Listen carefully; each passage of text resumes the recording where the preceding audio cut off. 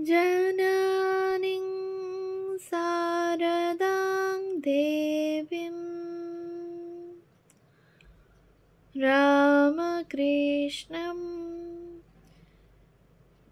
जगद्गुरुं पादपद्मे त्वयोश्रित्वा प्रणमामि মুহুর্মুহু। পূজনীয় স্বামী লোকেশ্বরানন্দজি মহারাজের সম্পাদনায় রচিত শতরূপে সারদা গ্রন্থ থেকে পাঠ, পৃষ্ঠা সংখ্যা 331। তপস্বিনী। রামকৃষ্ণকে সারদা দেখেছেন সুস্থ, স্বাভাবিক, আনন্দময়, প্রেমময়, কিন্তু তার কানে ভেসে আসে নানা কথা। তার কানে আসে রামকৃষ্ণ নাকি উন্মাদ, তিনি উলঙ্গ হয়ে বেড়ান। প্রতিবেশী পরিজনেরা তাকে দেখিয়ে বলেন পাগলের স্ত্রী, অথবা ও মা, শ্যামার মেয়ের খ্যাপা জামাইয়ের সঙ্গে বিয়ে হয়েছে। উৎস শ্রী শ্রী মায়ের কথা, প্রথম ভাগ, দ্বাদশ সংস্করণ, 1387, পৃষ্ঠা 11। এসব উক্তি সারদার মর্মে গিয়ে আঘাত করে। সারদা আর স্থির থাকতে পারেন না, তাকে একটা সিদ্ধান্ত নিতে হয়। আমি মনে ভাবলুম সবাই এমন বলছে, আমি গিয়ে একবার দেখে আসি কী রকম আছেন।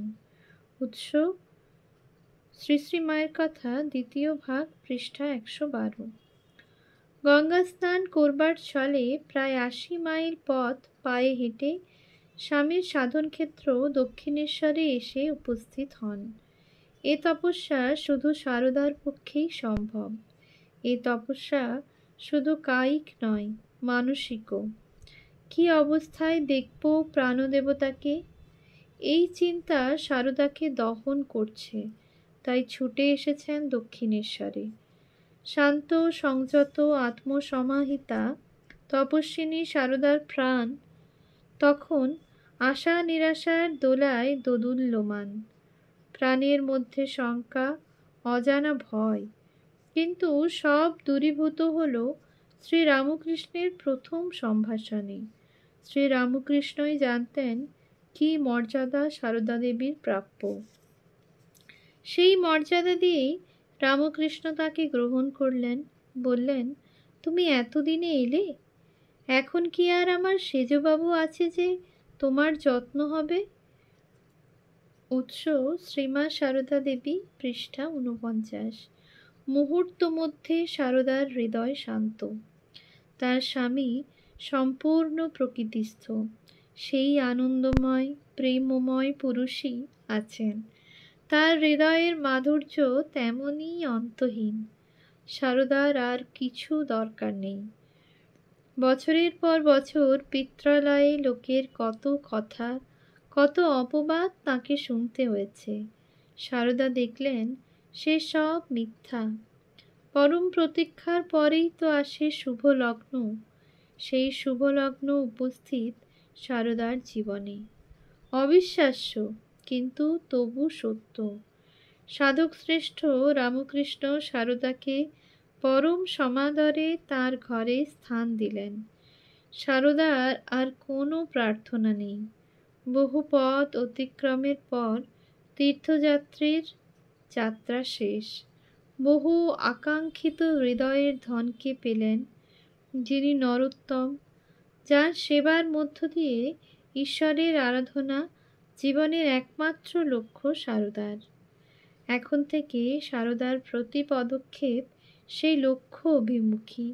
সারদার তপস্যার আর এক অধ্যায় শুরু। দক্ষিণেশ্বরে সারদার তপস্যা আরও কঠোর, আরও মহিমামণ্ডিত। এখানেই তার ত্যাগ ও সেবার পূর্ণ পরিণতি। সকলের অলক্ষ্যে, নীরবে, নিভৃতে তার 14 বছরের কঠোর তপস্যার কাহিনী স্বল্প জ্ঞাত, প্রায় অলিখিত। সারদা লোককল্যাণরূপ জীবনব্রত নিয়ে এসেছিলেন বলেই এই সময়কার অগ্নিপরীক্ষায় জয়ী হতে পেরেছিলেন। অগ্নিপরীক্ষা বললেও যথেষ্ট বলা হয় না। এই সময়ের কঠোর সাধনার কাছে অগ্নিপরীক্ষাও তুচ্ছ ব্যাপার। অথচ এই ত্যাগ, তিতিক্ষা ও সেবাব্রতকে তিনি গোপন রেখেছিলেন এক স্বেচ্ছারোপিত আবরণে। নিরন্তর প্রয়াসে নিজের আচরণ, ত্যাগোজ্জ্বল জীবনচর্চার সমস্ত গৌরবকে তিনি লোকচক্ষুর অন্তরালে রেখেছিলেন। এমনকি নিজের উপস্থিতিকে পর্যন্ত কি যত্নে মুছে ফেলেছিলেন তিনি, তা বোঝা যায় খাজাঞ্চির এই উক্তিতে। তিনি আছেন শুনেছি, কিন্তু কখনো দেখতে পাইনি। উৎস: শ্রী শ্রী মায়ের কথা, দ্বিতীয় ভাগ, পৃষ্ঠা 48। সারদা নিজেও বলেছেন, এত বছর ছিলুম, একদিনও কারো সামনে পড়িনি। উৎস: শ্রী শ্রী মায়ের কথা, প্রথম ভাগ, পৃষ্ঠা 108। এই আত্মবিলুপ্তি তপস্যার শ্রেষ্ঠ ফলশ্রুতি। সেবার আড়ালে এই আত্মবিলুপ্তি অধ্যাত্ম সাধনার ইতিহাসে বিরল। সেবার আড়ালে এই আত্মবিলুপ্তি অধ্যাত্ম সাধনার ইতিহাসে বিরল। প্রথমবারে দক্ষিণেশ্বরে আসার পর সারদা স্বামীর এক কঠিন প্রশ্নের সম্মুখীন হন। কি গো, তুমি কি আমায় সংসার পথে টেনে নিতে এসেছ? লক্ষ্যে স্থিত সারলা পল্লীবালার সপ্রদীপ উত্তর, না, আমি তোমাকে সংসার পথে কেন টানতে যাব?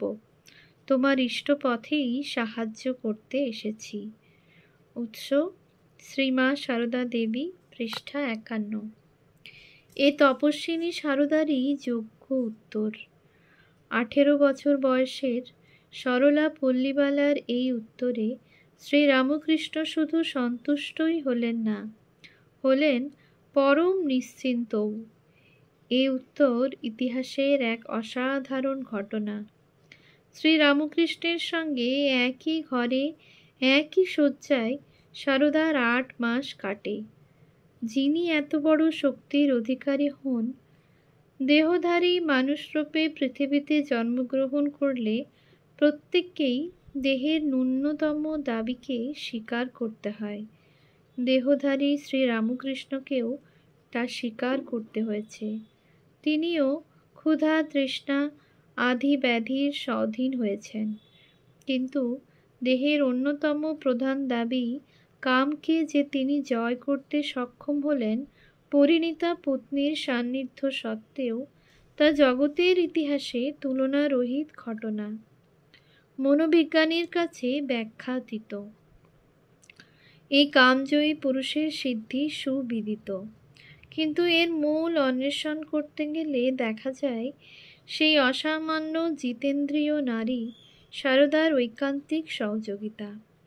এই সময় প্রতি রাত্রে শ্রীরামকৃষ্ণের গভীর সমাধিস্থ রূপ প্রত্যক্ষ করে সারদা মাঝে মাঝে ভীত হয়ে পড়তেন। অপূর্ব দিব্য ভাবে শ্রীরামকৃষ্ণের কখনো হাসি, কখনো কান্না, কখনো ভাবের ঘোরে ভবতারিণীর সঙ্গে নানা কথা, আবার কখনো বা তার গভীর সমাধিমগ্ন রূপ দেখে সারদা ভয়ে ভয়ে ভাবতেন কখন রাত শেষ হয়ে দিনের আলো ফুটে উঠবে। আবার কখনো সারদা নিজেই ভগবানের নাম শুনিয়ে শ্রীরামকৃষ্ণকে প্রকৃতিস্থ করতে সক্ষম হতেন। এভাবেই সাধক রামকৃষ্ণের অভূতপূর্ব সাধনযজ্ঞে তিনি ছিলেন নেপথ্য সহায়িকা। এই আত্মপরীক্ষার পর শ্রীরামকৃষ্ণকেও স্বীকার করতে হলো, ও যদি এত ভালো না হতো, আত্মহারা হয়ে তখন আমাকে আক্রমণ করত, তাহলে সংযমের বাঁধ ভেঙে দেহবুদ্ধি আসত কিনা কে বলতে পারে। দ্রষ্টব্য: লীলা প্রসঙ্গ, প্রথম ভাগ, সাধক ভাব, পৃষ্ঠা 364। তথাকথিত অশিক্ষিত গ্রামের এই বধূটি যে দুশ্চর সাধনা বলে আত্মসংযমের এই শীর্ষবিন্দুতে উপনীত হতে পেরেছিলেন, সেই সাধনার বিবরণ আমাদের জানা নেই। সারদার পূর্বোক্ত একটিমাত্র কথাতেই তার এই তপশ্চর্যা এবং তপস্বিদ্ধির কথা ঘোষিত। তোমার ইষ্টপথেই সাহায্য করতে এসেছি। ব্রতধারিণীর এই আত্মত্যাগের তুলনা মেলে না। দক্ষিণেশ্বরে মাস দেড়েক থাকবার পরেই ষোড়শী পূজা করলেন ফলহারিণী কালী পূজার রাত্রে। উৎস শ্রী শ্রী মায়ের কথা, দ্বিতীয় ভাগ, পৃষ্ঠা 114। রামকৃষ্ণের অন্তরে আজ অভিনব পূজার সংকল্প। সায়াহ্ন উত্তীর্ণ হল। নির্জন নিঃশব্দ রাত্রিতে সারদাকে পূজার বেদিতে বসিয়ে রামকৃষ্ণ মাতৃভাবে ষোড়শী পূজা করেন। পূজক ও পূজিতা উভয়েই দিব্যভাবে আবিষ্ট। শ্রীরামকৃষ্ণের চোখে সারদা স্বয়ং মহামায়া, মূর্তিমতী জগজ্জননী। পূজক শ্রীরামকৃষ্ণের মুখে উচ্চারিত হল প্রার্থনা মন্ত্র। একাগ্রমনে করজোড়ে আহ্বান করলেন চিন্ময়ী অনাদি অনন্ত শক্তিকে সারদার দেহে। পূজ্যা সারদাও তদ্ভাবে ভাবিতা, তন্ময় সমাধিস্থা। যথাবিহিত পূজা শেষে সারদার চরণে অর্ঘ্য নিবেদন করলেন রামকৃষ্ণ। ভুল লুণ্ঠিত হলেন সেই আরাধ্যার চরণে। মানবী ও দেবীর ভেদ মুছে যায় সেই মুহূর্তটিতে। সারদা এখন জগন্মাতা, তাই অকুণ্ঠ চিত্তে নিশ্চল প্রতিমার মতোই গ্রহণ করলেন যুগশ্রেষ্ঠ সাধকের পূজা ও প্রণাম। অবগুণ্ঠনবতীর অবগুণ্ঠনের আড়ালে যে শক্তি সঞ্চিত ছিল, আজ তা উন্মোচিত। তাই রামকৃষ্ণের এই পূজা তাঁর প্রাপ্য। মানুষের সাধনার ইতিহাসে এই সিদ্ধির মুহূর্তটি চিরন্তন হয়ে রইল। অতুলনীয় হয়ে থাকল এ ঘটনা। সারদা অপরের আলোকে দীপ্তিমান নন, তার দীপ্তি তার নিজস্ব। তাই রামকৃষ্ণের দ্বারা এভাবে পূজিতা হওয়ার পরেও আপন মহিমাকে প্রচ্ছন্ন রাখতে পেরেছেন সাধারণত্বের আবরণে, লোকশিক্ষার তাগিদে। সারদার অসীম আত্মসংযম, অপরিমেয় মানবপ্রেম তাকে আত্মগোপনের আদর্শে অবিচলিত রেখেছিল। তাই বাইরের সাধারণ জীবনযাত্রায় কোনো পরিবর্তন নেই। আর সঙ্গে সঙ্গে চলে তার কঠিনতম তপশ্চর্যা। তার প্রয়োজন লোকশিক্ষা। রামকৃষ্ণ সারদার সাধনভূমি এক, দক্ষিণেশ্বর, অথচ সাধনার প্রকৃতি পদ্ধতি পৃথক। সাধনার কালে রামকৃষ্ণ ঈশ্বরময়, জগৎকে ভুলেছেন, দেহকে ভুলেছেন, নিজেকে ভুলেছেন। রামকৃষ্ণের সাধনা স্পষ্ট, প্রচলিত অর্থেই কঠিন, দুশ্চর, দুঃসাধ্য। কিন্তু সারদার ক্ষেত্রে দেখা যায় ভিন্ন ছবি। তিনি জগজ্জননী, তাই যেন জগৎকে ভোলেননি, জগতের মধ্যেই তাই তাঁর সাধনা। সারদা নিপুণ নিখুঁতভাবে সারাদিন জাগতিক কর্তব্য সম্পাদন করেন, সর্বদা কর্মব্যস্ত। এই নিরলস এবং নিরাসক্ত কর্তব্য সম্পাদনের আড়ালে কিন্তু তার মন নিরন্তর ঈশ্বর অভিমুখী।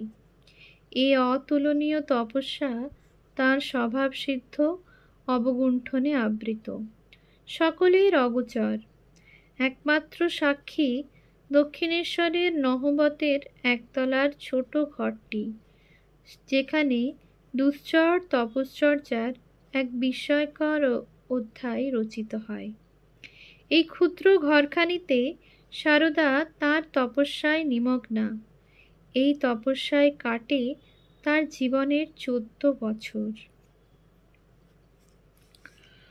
ওম শান্তি শান্তি শান্তি। হরি ওম তৎসৎ। শ্রীরামকৃষ্ণার্পণমস্তু।